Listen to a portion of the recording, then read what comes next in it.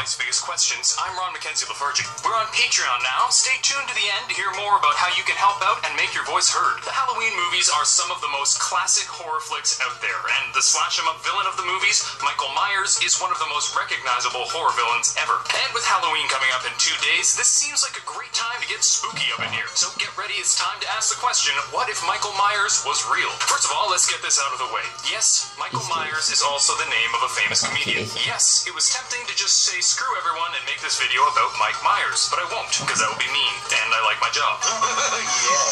Yeah, baby! So, with no further ado, let's talk about the more murderous of the Myers boys. Sound good? Well, before we start hypothesizing, we should probably discuss the very real origins of Michael Myers, because in a way, he is real. John Carpenter, creator of the character, claims to have been inspired by an actual boy he saw in a mental institution while at college. One class trip took Carpenter to an institution in Kentucky, where he saw a boy in his early teens. This boy apparently stared at Carpenter with such evil in his eyes that it inspired the character of Michael Myers. However, little is known about this boy, and the odds are pretty slim that he went on to go on several killing sprees like the character he inspired. So, who is Michael Myers the character? Well, he's often characterized as a personification of evil. In the original story, when he was 6 years old, he murdered his sister on Halloween. 15 years later, he escaped from the sanitarium and terrorized a group of teens, killing many of them. Then he did it again, and again, and again. Now, serial killers are not exactly new to this world. While they may not be as common as shows like Criminal Minds would have us to believe,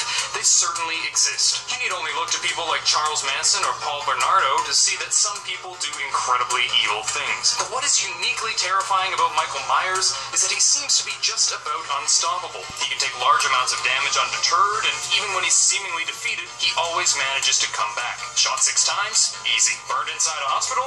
No biggie. Shot some more by police? Not a problem, bro. This guy has more lives than a cat. But defying death isn't Michael's only power. He seems to have other supernatural abilities as well. Some claim that these abilities were given to him by the curse of the thorn, while others say that he's simply more powerful because he is pure evil.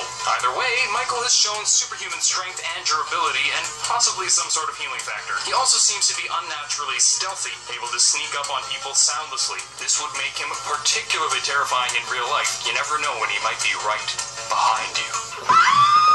As powerful as he is, many rightfully question whether he would be quite so effective in real life. People in movies, and more specifically, teenagers in horror movies, tend to act poorly. Whether they're splitting up in a dark house or having sex on a secluded dock, people don't exactly act in their best interests in horror films. In real life, the slow, giant dude in the freaky mask carrying a kitchen knife would probably be caught pretty quickly. Most importantly, cell phones would put something of a damper on his plans. It's hard to stalk and murder a group of teens when they all have a phone on them at all times. Nothing would be more embarrassing than chasing a person and trying to kill them only to be arrested immediately and learn they were live tweeting it the whole time. Now we return to our question, what if Michael Myers was real? Well, in a way he is, since he was inspired by a real person.